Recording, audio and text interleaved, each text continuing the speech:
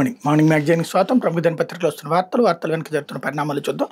ఈనాడు చూస్తే గూగుల్తో చారిత్రాత్మక ఒప్పందం అన్నటువంటి వార్తని హైలైట్ చేసింది. వచ్చే 5 ఏళ్లలో 131,000 కోట్ల పెట్టుబడి, 12 దేశాలకు సముద్ర మార్గంలో కేబుల్ అనుసంధాన కేంద్రం, ఒప్పందం కుదుర్చుకున్న రాష్ట్ర ప్రభుత్వం, వికసిత భారత్ లక్ష్య సాధనలో మేలి మలుపన్న ప్రధాని మోడీ అన్నటువంటి వార్తని హైలైట్ చేశారు. ఆంధ్రప్రదేశ్ పెట్టుబడుల చరిత్రలో సరికొత్త అధ్యాయం, విశాఖను రాష్ట్ర సాంకేతిక రాజధానిగా పరిపుష్టం చేయడంలో కీలక ఘట్టం, సాగర్ తీరాన అమెరికా తర్వాత అతిపెద్ద హబ్ ఏర్పాటు, గూగుల్తో ఒప్పందం, కేంద్ర మంత్రుల సాక్షిగా సీఎం చంద్రబాబు నేతృత్వంలో సాకారం, విశాఖపట్నం అమెరికా తర్వాత అతిపెద్ద హబ్ను ఏర్పాటు చేస్తున్న సాంకేతిక దిగ్గజం గూగుల్ ప్రకటించింది. ఇందుకోసం వచ్చే 5 ఏళ్లలో $15 బిలియన్ పెట్టుబడి పెట్టనున్నట్టు వెల్లడించింది.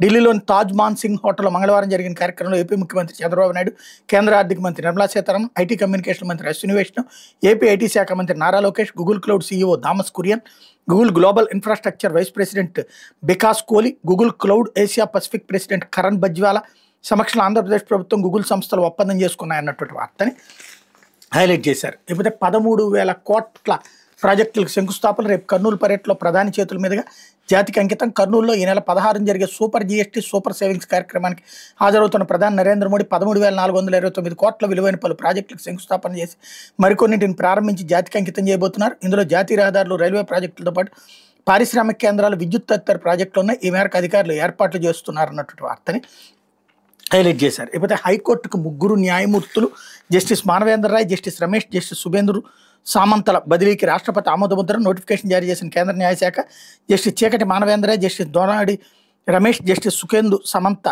ఏపీ హైకోర్టుకు బదిలీ అయ్యారు. వీరి బదిలీకి రాష్ట్రపతి ద్రౌపది ముర్ము ఆమోదముద్ర వేశారు. గుజరాత్ హైకోర్టు నుంచి జస్టిస్ మానవేంద్ర రాయ్, అలహాబాద్ హైకోర్టు నుంచి జస్టిస్ రమేష్ తిరిగి ఆంధ్రప్రదేశ్ హైకోర్టుకు వస్తున్నారు. కోల్కతా హైకోర్టు నుంచి జస్టిస్ సుఖేందు సామంత రానున్న నేపథ్యంలో కేంద్ర న్యాయశాఖ మంగళవారం నోటిఫికేషన్ జారీ చేసింది అన్నటువంటి హైలైట్ చేశారు. అయితే మల్లోజుల వేణుగోపాల్ లొంగుబాటు, మావోయిస్టు పార్టీలో 2వ స్థానంలో ఉన్న నేత 60 మందితో కలిసి మహారాష్ట్ర పోలీసుల చెంతకు ఈ నెల 16న రాష్ట్ర సీఎం సమక్షంలో అధికారిక ప్రకటన. 44 ఏళ్ల అజ్ఞాతవాసానికి తెర, పార్టీపై ఇటీవల లేఖల పరంపర అంటూ మావోయిస్టు పార్టీ అగ్రనేత దాదాపు 2వ స్థానంలో చలామణి అవుతున్న మల్లోజుల వేణుగోపాల్ అలియాస్ అభయ్ ఉద్యమాన్ని వీడి జనజీవన స్రవంతిలోకి అడుగుపెట్టారు. 60 మంది ఉద్యమ సహచరులతో కలిసి మంగళవారం మహారాష్ట్ర పోలీసులు ఎదుట లొంగిపోయారు. మావోయిస్టు పార్టీ పందా సరిగా లేదంటూ కొన్ని రోజులుగా బహిరంగ లేఖలు రాస్తున్న ఆయన చివరికి అజ్ఞాతం వీడారు. పార్టీలో దశాబ్దాలుగా నెలకొన్న తప్పిదాలకు తాను బాధ్యుడంటూ ఇటీవల అత్యున్నత నిర్ణాయక కమిటీ పాలిట్ బ్యూరో నుంచి వైదొలుగుతున్నట్టు ప్రకటించిన అభయ్ ఇప్పుడు పూర్తిగా ఉద్యమాన్ని వదిలిపెట్టారు. తీవ్ర ఒడిదుడుకులతో సాయుధ ఉద్యమం బలహీనపడుతోందన్న ప్రచార నేపథ్యంలో మావోయిస్టు పార్టీకి ఇది ఇబ్బందికర పరిణామమే. నెల 16న మహారాష్ట్ర ముఖ్యమంత్రి దేవేంద్ర ఫడ్నవీస్ గచ్చిరోలి పర్యటనలో అభయ్ లొంగుబాటును అధికారికంగా ప్రకటించబోతున్నారన్నటువంటి వార్తని హైలైట్ చేశారు. లేకపోతే సరస్వతి వాటాల బదలాయింపుపై యథాతథ స్థితి కొనసాగుతున్న. విజయమ్మ వాటా 99.75%. ఎన్సీఎల్టీ మధ్యంతర ఉత్తర్వులు అంటే ఏపీ మాజీ ముఖ్యమంత్రి వైఎస్ జగన్మోహన్ రెడ్డి, భారతిరెడ్డి క్లాసిక్ రియాలిటీలకు చెందిన వాటాలను వైఎస్ విజయమ్మ, చాగర్ జనార్దన్ రెడ్డి పేరుతో బదలాయించడంపై యథాతథ స్థితిని కొనసాగించాలంటూ చెన్నైలోని జాతీయ కంపెనీ లా అప్పిలేట్ ట్రిబ్యునల్ మంగళవారం మధ్యంతర ఉత్తర్వులు ఇచ్చింది. వాటాల బదలాయింపు తర్వాత వైఎస్ విజయమ్మకు చెందిన 99.75% వాటాను కొనసాగించాలని ఆదేశించింది. కానీ వాటాల బదలాయింపు లాంటి చర్యలకు పాల్పడరాదని ఇరుపక్షాలకే ఆదేశించింది అన్నటువంటి వార్తని హైలైట్ చేశారు. లేకపోతే మామిడి రైతుల ఖాతాల్లో 172 కోట్లు జమ. చిత్తూరు, తిరుపతి జిల్లాల్లో మామిడి రైతులకు కూటమి ప్రభుత్వం ఇచ్చిన మాట నిలబెట్టుకుంది. ఈ ఏడాది ధరలు పడిపోయినప్పుడు ముఖ్యమంత్రి చంద్రబాబు ప్రైవేట్ పరిశ్రమలు ఇచ్చే మొత్తంతో పాటు సర్కారు తరపున అదనంగా కిలోకు ₹4 చెల్లిస్తామని ప్రకటించారు. 2 జిల్లాల కలెక్టర్లు సుమిత్ కుమార్, వెంకటేశ్వర్ జూలైలో సీజన్ ముగిశాక అన్నదాతల వివరాలు పునఃపరిశీలించి ప్రభుత్వానికి పంపారు. మంగళవారం 2 జిల్లాల్లోని 37,881 మంది బ్యాంక్ ఖాతాల్లో 172 కోట్లు జమైంది. అత్యధికంగా చిత్తూరు జిల్లాలో 31,929 మంది రైతులకు సాయం అందింది అన్నటువంటి వార్తని హైలైట్ చేశారు. లేకపోతే కాకినాడ సెజ్ నుంచి రైతులకి విముక్తి, ఫలించిన 2 దశాబ్దాల పోరాటం, 2,180 ఎకరాలు వాళ్ళకి బదలాయించేందుకు ప్రభుత్వ చర్యలు, అన్నదాతల సమస్యలపై కదిలించిన ఈనాడు కథనాలు అంటూ కాకినాడ సెజ్ బాధిత రైతులకు భారీ ఊరట లభించింది. 2 దశాబ్దాల పోరాటం తర్వాత అవార్డు భూములపై వాళ్ళకి తిరిగి హక్కులు దక్కబోతున్నాయి. స్టాంప్ డ్యూటీ, రిజిస్ట్రేషన్ రుసుములు లేకుండా సెజ్ నుంచి 2,180 ఎకరాలు తిరిగి రైతుల పేట బదలాయించేందుకు రాష్ట్ర ప్రభుత్వం చర్యలు తీసుకుంది. ఈ మేరకు రెవెన్యూ శాఖ ప్రత్యేక ప్రధాన కార్యదర్శి జయలక్ష్మి ఉత్తర్వులు జారీ చేశారు. దీంతో 1,551 మంది రైతులకు లబ్ధి కలగబోతుంది. ముఖ్యమంత్రి చంద్రబాబు, ముఖ్యమంత్రి పవన్ కళ్యాణ్ చిత్రపటాలకు మంగళవారం రైతులు స్థానికులు క్షీరాభిషేకాలు చేసి సంతోషం వ్యక్తం చేశారన్నటువంటి వార్తని హైలైట్ చేశారు. వైఎస్ రాజశేఖర డ్యాంలో కాకినాడ జిల్లా తొండంగి కొత్తపల్లి మండల పరిధిలో 8,180 ఎకరాలు సెజ్ కోసం సేకరించారు. ఎకరాకి 3 లక్షల చొప్పున పరిహారం ఇచ్చారు. భూములు ఇవ్వడానికి కొందరు రైతులు ఇష్టపడకపోయినా భయపెట్టి బలవంతంగా వాళ్ళతో రిజిస్ట్రేషన్ చేయించుకున్నారు.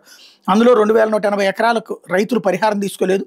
తమ భూములు వెనక్కి ఇచ్చేయాలని ఉద్యమాలు నిర్వహించారు. చాలా మంది జైలుకి వెళ్లారు. 2014లో తెలుగుదేశం పార్టీ ప్రభుత్వం వచ్చాక ఎకరాకు అదనంగా మరో 2 లక్షల పరిహారం ఇచ్చారు. సెజ్ భూముల్లో నాడు సీఎం చంద్రబాబు ఏరువాక్ కార్యక్రమాన్ని చేపట్టారు. ఇక వైకాపాయంలో పరిహారం తీసుకొని అవార్డు భూముల్ని వెనక్కి ఇవ్వాలని నిర్ణయించిన చిత్తశుద్ధి కరువైంది. తమ అనుయాయులుగా భూముల వద్దకు రిజిస్ట్రేషన్ చేసి తర్వాత నిలిపేశారు. సమస్య పరిష్కరించి అందరికీ న్యాయం చేస్తామని ఎన్నికల కూటమి నేతలు హామీ ఇచ్చారు. అన్నట్టుగానే ఉచితంగా రిజిస్ట్రేషన్ చేసి ఇచ్చేలా సంబంధిత శాఖకు ఆదేశాలు ఇచ్చారన్నట్టు వార్తని హైలైట్ చేశారు. ఇందులో విచిత్రం ఏంటంటే ఇందులో మళ్ళీ వైసీపీని తిట్టాల. వాళ్ళు ఇవ్వడం ప్రారంభించింది జీవో ఆ టైంలో, ఇప్పుడు అమలు చేస్తున్నారు. అది ఒక ఎత్తు. రెండోది పవన్ కళ్యాణ్ నిన్న ఇనిషియేటివ్ తీసుకుని అది అమల్లోకి తీసుకొచ్చారు. అది పవన్ కళ్యాణ్ క్రెడిట్ ఇవ్వాలా, వైసీపీ క్రెడిట్ ఇవ్వాలా, క్రెడిట్ తెలుగుదేశానికి ఈనాడికి రాసుకున్నారు. ఇదే వేళ దిగజారుడు నీచాతి నీచ జర్నలిజానికి సజీవ సాక్ష్యం. ఇకపోతే విజయనగరం జిల్లాలో జేఎస్డబ్ల్యూ మెగా ఇండస్ట్రియల్ పార్క్ ఉత్తర్వులు జారీ చేసిన ప్రభుత్వం. జేఎస్డబ్ల్యూ సంస్థ విజయనగరం జిల్లాలో 1166 ఎకరాల్లో ఏర్పాటు చేయనున్న మెగా ఇండస్ట్రియల్ పార్క్ అనుమతిస్తూ ప్రభుత్వం ఉత్తర్వులు జారీ చేసింది. సంస్థ ఈ పార్క్ అభివృద్ధికి 531 కోట్ల పెట్టుబడి పెట్టబోతోంది. పార్క్ ఏర్పాటు ద్వారా సుమారు 45,000 మందికి ఉపాధి లభిస్తుందని ప్రతిపాదనలో పేర్కొంది. తాటిపూడి రిజర్వాయర్ నుంచి ప్రస్తుతం నీటి సరఫరా నిలిపేసినందున తాత్కాలిక మెగాద్రిగడ్డ రిజర్వాయర్ నుంచి నీటిని తీసుకోవడానికి అవసరమైన కనెక్టివిటీ కోసం అయ్యే ఖర్చును భరించేందుకు ప్రభుత్వం అంగీకరించింది. ఏపీ ప్రైవేట్ పార్క్స్ పాలసీ కింద పలు ప్రోత్సాహకాలు కూడా చెల్లించబోతోంది అన్నటువంటి వార్తని హైలైట్ చేశారు. లేకపోతే సాక్షి వచ్చేటప్పటికి డైవర్షన్ డ్రామా అట్టర్ ఫ్లాప్ అంటూ A1 జనార్దన్ రావుతో వీడియో కుట్రలు బూమరాంగ్ చౌకబారు వీడియోతో నవ్వులు పాలైన ప్రభుత్వ పెద్దలు. దాంతో పచ్చ సెట్ ద్వారా సరికొత్త పన్నాగం. ఎంపీ మిథున్ రెడ్డి నివాసం ఆఫీసుల్లో సోదాలతో హల్చల్. కుటుంబ సభ్యులు కంపెనీ ప్రతినిధులు విచారణ. నకిలీ మద్యం మాఫియా ఓడల కరకట్ట బంగ్లాలోని టీడీపీ నేతలు డిస్టిలరీల నుంచే నకిలీ మద్యం యూనిట్లకు స్పిరిట్ సరఫరా. అడ్డంగా దొరికిపోయిన టీడీపీ సిండికేట్. పోలీస్ ఎక్సైజ్ శాఖల కన్నెత్తి చూడకుండా కట్టడి. కూటమి సర్కార్పై వెలువెత్తుతున్న ప్రజా వ్యతిరేకత. దృష్టి మళ్లించేందుకే టీడీపీ పెద్దలు డైవర్షన్ కుట్రలు. నకిలీ మద్యం పాపం వైఎస్ఆర్సీపీదేనని ప్రచారం చేయండి. కూటమి ఎంపీలకు ఢిల్లీలో క్లాస్ తీసుకున్న చంద్రబాబు జయచంద్రారెడ్డి ద్వారా వైఎస్ఆర్సీపీ నేత పెద్దిరెడ్డి ఇదంతా చేయించారంటూ తొలుత ఎల్లో మీడియా రంకెలు. తమ దాడులతోనే నకిలీ మద్యం రాకెట్ బయటపడిందని స్వయంగా ప్రకటించింది సీఎం చంద్రబాబు. తాజాగా జోగి రమేష్ ఇదంతా చేయించారంటూ జనార్దన్ రావుతో వెల్లవేయించిన ప్రభుత్వ పెద్దలు. రిమాండ్ రిపోర్ట్లో జోగి రమేష్ పేరు ప్రస్తావించారు పోలీసులు అన్నట్టు వార్తని హైలైట్ చేశారు. లేకపోతే సాక్షి ప్రసారాల నిలిపివేతపై సుప్రీంకోర్టు సీరియస్. దీనిపై ప్రభుత్వం సమాధానం ఇవ్వాల్సిందనే స్పష్టీకరణ. రాష్ట్ర ప్రభుత్వం కౌంటర్ దాఖలు చేయకపోవడంపై ధర్మాసనం తీవ్ర అసహనం. వెంటనే పూర్తి వివరాలతో కౌంటర్ దాఖలు చేయాలని ఆదేశం. ఆంధ్రప్రదేశ్లో సాక్షి టీవీ ప్రసారాల నిలిపివేతపై సుప్రీంకోర్టు తీవ్రంగా స్పందించింది. ఆరోపణలు ఎదుర్కొన్న రాష్ట్ర ప్రభుత్వం తరపున ఒక ప్రైవేట్ మల్టీ సిస్టమ్ ఆపరేటర్ ఎలా వాదిస్తారని ఆగ్రహం వ్యక్తం చేసింది. రాష్ట్ర ప్రభుత్వం వెంటనే విషయంలో తన వైఖరి తెలియజేస్తూ కౌంటర్ అఫిడవిట్ దాఖలు చేయాలని ఆదేశించింది అన్నట్టు వార్తని హైలైట్ చేశారు. లేకపోతే ఓ మై గోల్డ్ అంటూ సామాన్య మధ్యతరగతి వర్గాల్లో నిరాశ ఆందోళన. బస్సు మిస్ అయ్యామని కొందరు, 6 నెలల క్రితమైన కొంటే బాగుండేదని మరి కొందరు. ట్రంప్ టారిఫ్ వార్ భౌగోళిక రాజకీయ ఉద్రిక్తలతో పాటు రేటు పైకి సెంట్రల్ బ్యాంకుల కొనుగోలు దాహం కూడా కారణమే. దేశీయంగా ధరలకు మరింత ఆజ్యం పోస్తున్న రూపాయి పతనం. ఏడాది ఇప్పటికే 67% పైగా ఎగసిన పొత్తడి. రేసు గుర్రంలో వెండి ఏడాదిలో డబుల్ బాజా. త్వరలో తులం పసిడికి 2 లక్షలకు చేరుతుందని అంచనాలు. ఇప్పటికే 2 లక్షలు తీసుకు పరుగులు తీస్తున్న కిలో వెండి అన్నటువంటి వార్తని హైలైట్ చేశారు. లేకపోతే Andhrajyothy hello AP okay Google అంటూ ఏపీ గూగుల్ మధ్య కీలక ఒప్పందం. విశాఖలో గూగుల్ అతి భారీ AI హబ్. 1.36 లక్షల కోట్లకు పెరిగిన పెట్టుబడి. అమెరికా వెలుపల అతిపెద్ద డేటా సెంటర్ ఇదే. రాంబిల్లి, తర్లువాడ, అడవివరంలో 3 AI డేటా సెంటర్ల ఏర్పాటుకు ఓకే. సుమారు 2 లక్షల మంది ఐటీ నిపుణులు ఇక్కడే కొలువులు. 12 దేశాలకి విశాఖ కేంద్రం గూగుల్ సేవలు. విశాఖలో ఐటీ వికాసానికి వీలుగా ఎకో సిస్టమ్ తరలి వచ్చేందుకు మరికొన్ని సంస్థలు ఆసక్తి అన్నటువంటిది హైలైట్ చేశారు. అయితే మల్లోజులు వేణుగోపాల్ లొంగుబాటు ఇక్కడ కూడా పెట్టారు. సరస్వతి పవర్ కేసులో జగన్కి ఎదురు దెబ్బ అన్నటువంటిది ఇక్కడ హైలైట్ చేశారు. అయితే జోగి జనార్దన్ల మధ్య లిక్కర్ లింకే. మద్యమే కలిపింది ఇద్దరిని. అద్దేపల్లిది కిరాణా వ్యాపారం, జోగిది కళ్ళు సారా బిజినెస్. రమేష్ మద్యం వ్యాపారానికి అద్దేపల్లి కుటుంబం సాయం. లాభాలు చూశాక వ్యాపారంలోకి. యోగి రాజకీయాల్లోకి వచ్చాక మద్యం వ్యాపారాలను అద్దేపల్లికే. తాజాగా వాట్సాప్ చాట్ బయటికి అన్నటువంటి వార్తని హైలైట్ చేశారు. జోగి అన్న ఆ దోస్తి మిన్న అంటూ ఇద్దరి మధ్య వాట్సాప్ చాట్ అన్నటువంటిది హైలైట్ చేసుకొచ్చారు. డైవర్షనల్ గేమ్లో జర్నలిజాన్ని నీచ స్థాయికి దిగజార్చినటువంటి ఆంధ్రజ్యోతి రాయడం, దాన్నే ఇప్పుడు ప్రభుత్వం కూడా ఇనిషియేటివ్గా తీసుకోవడం ఇక్కడ విచిత్రం. లేకపోతే నిర్లక్ష్యపు పునాదులు అంటూ 30 కోట్ల నేలపాలు. CRDA పరిధిలోని విద్యుత్ లైన్ల మార్పుతో నష్టం. 400 kV లైన్ మార్పునికి 2018లో ప్రారంభమైన పనులు. అలైన్మెంట్లో భారీగా తప్పులు. ఆలస్యంగా గుర్తించిన అధికారులు. 2024లో మళ్లీ టెండర్లకు పిలుపు. పునాదుల దశలో వృధా అయిన 15 టవర్లు అన్నటువంటి వార్తని హైలైట్ చేశారు. ఏదైతే వెంకటాయపాలెం వద్ద seed access road west bypass cross అయ్యే చోట అధికారుల నిర్లక్ష్యానికి ఆనవాళ్ళుగా కనిపిస్తున్న విద్యుత్ టవర్లు పునాదులకు సంబంధించినటువంటి వార్తని హైలైట్ చేశారు.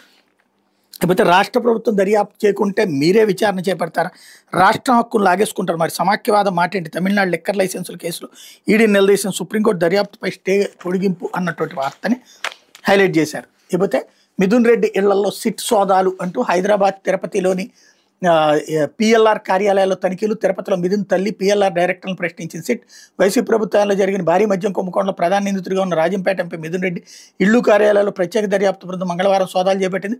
మిథున్ రెడ్డి తల్లి మాజీ మంత్రి పెద్దిరెడ్డి రామచంద్రారెడ్డి సతీమణి స్వర్ణలత, పిఎల్ఆర్ ప్రాజెక్ట్స్ డైరెక్టర్లు శివారెడ్డి చంద్రశేఖర్ రెడ్డిని ప్రశ్నించింది.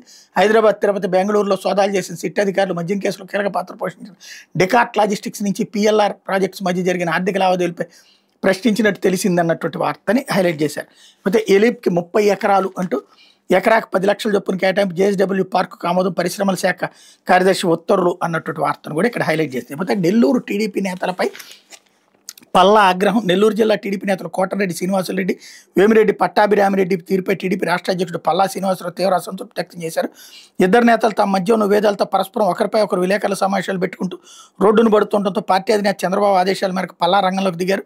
నేతలిద్దరికి ఫోన్ చేశారు. పార్టీ క్రమశిక్షణను కాపాడటం ప్రతి కార్యకర్త నాయకుడు ప్రాథమిక బాధ్యత, పార్టీ క్రమశిక్షణ ఉల్లంఘించే వారిపై కఠిన చర్యలు తప్పవు, నేతలిద్దరూ తమ వ్యవహార శైలి మార్చుకోవాలని పల్లా సూచించారన్నటువంటి వార్తని హైలైట్ చేశారు. ఇకపోతే జోగి జగన్ జేబులో మనిషి అంటూ కల్తీ మద్యం కేసులో ఇద్దరిని అరెస్ట్ చేయాలి.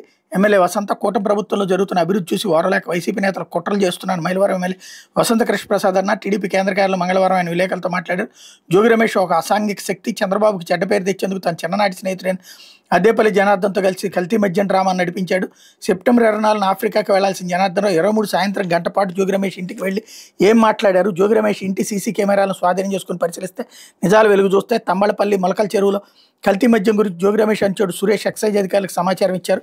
అంతా పక్కా ప్లాన్ ప్రకారం చేసి ప్రభుత్వానికి చెడ్డ పేరు తీసుకొచ్చేందుకు ప్రయత్నించారు. జగన్ డైరెక్షన్లో జోగి రమేష్, జనార్దన్ రావు కల్తీ మద్యం వ్యాపారం చేశారు. జోగి రమేష్ని అరెస్ట్ చేస్తే ఈ కేసులో వాస్తవాలు వెలుగు చూస్తాయని ఎమ్మెల్యే వసంత్ అన్నారన్నటువంటి వార్తని హైలైట్ చేశారు. లేకపోతే ఇందిరా టెలివిజన్ కేసులో కౌంటర్ వేయండి. ఏపీలో ఇందిరా టెలివిజన్, జగన్ టీవీ ప్రసారాలు నిలిపివేత కేసులో కౌంటర్ దాఖలు చేయాలని రాష్ట్ర ప్రభుత్వాన్ని సుప్రీంకోర్టు ఆదేశించింది. కొన్ని ప్రాంతాల్లో ఉద్దేశపూర్వకంగా తమ టీవీ ప్రసారాలు నిలిపేశారని ఏడాది జూలై 19 ఇందిరా టెలివిజన్ వేసిన రిట్ పిటిషన్ మంగళవారం justice PS Narasimha, justice Atul S చందోర్కర్తో కూడా ధర్మాసనేతుడు విచారణకు వచ్చింది అన్నటువంటి వార్తను హైలైట్ చేశారు. ఇక్కడే నీచి జర్నలిస్టులని వీళ్ళని ఎందుకు అనాలి, నీచి జర్నలిజం అనేది వీళ్ళని ఎందుకు అనాలి, నీచమైనటువంటి రాజకీయం చేసేటటువంటి దరిద్రపు మీడియా అని వీళ్ళని ఎందుకు అనాలంటే ఇదే సాక్ష్యం. ఇప్పుడు వీళ్ళది ఏబిఎన్ ఆంధ్రజ్యోతి అనేది వాళ్ళ బ్రాండ్ పేరు, అదే కదా ప్రజలకు అర్థమయ్యేది. అలేఖ్యానో ఏదో సంథింగ్ ఒక పేరు ఉంటుంది వాళ్ళకి, బ్రాడ్కాస్టింగ్ కార్పొరేషన్ అంటే సంస్థ రిజిస్టర్డ్ ఆ పేరుతో ఉంటుంది. ఆ పేరుతో రాస్తారు వీళ్ళు. ఏబిఎన్ అనే చెప్పుకుంటారు కదా, ఏబిఎన్ ఆంధ్రజ్యోతి అనే చెప్పుకుంటారు కదా. మరి అదే సాక్షి అని రాయడానికి సాక్షి అని రాయరట, ఇందిరా టెలివిజన్ అని దాని కంపెనీ బ్రాండ్ రాస్తారు. Okay good. తర్వాత జగన్ టీవీ అంట, ఇప్పుడు అది రాధాకృష్ణ టీవీ అనాలా, బాబు టీవీ అనాలా, ఏమనాలి దాన్ని? అంటే నీచ జర్నలిజంలో ఇంతగా దిగజారిపోయి సంస్కారం అనేది చంపేశారు జర్నలిజంలో.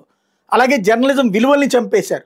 చివరికి ఆ విలువలు ఎంత నీచంగా దిగజారుస్తారు అనడానికి సాక్ష్యంగా మారిపోయిన ఈనాడు, ఆంధ్రజ్యోతి. ఒకప్పుడు విలువలని ప్రజలకు అందించినటువంటి వాళ్ళు ఇప్పుడు ఆ విలువలకి వలువలు ఓడదీసింది కూడా వీళ్ళిద్దరే కావడమే దౌర్భాగ్యం.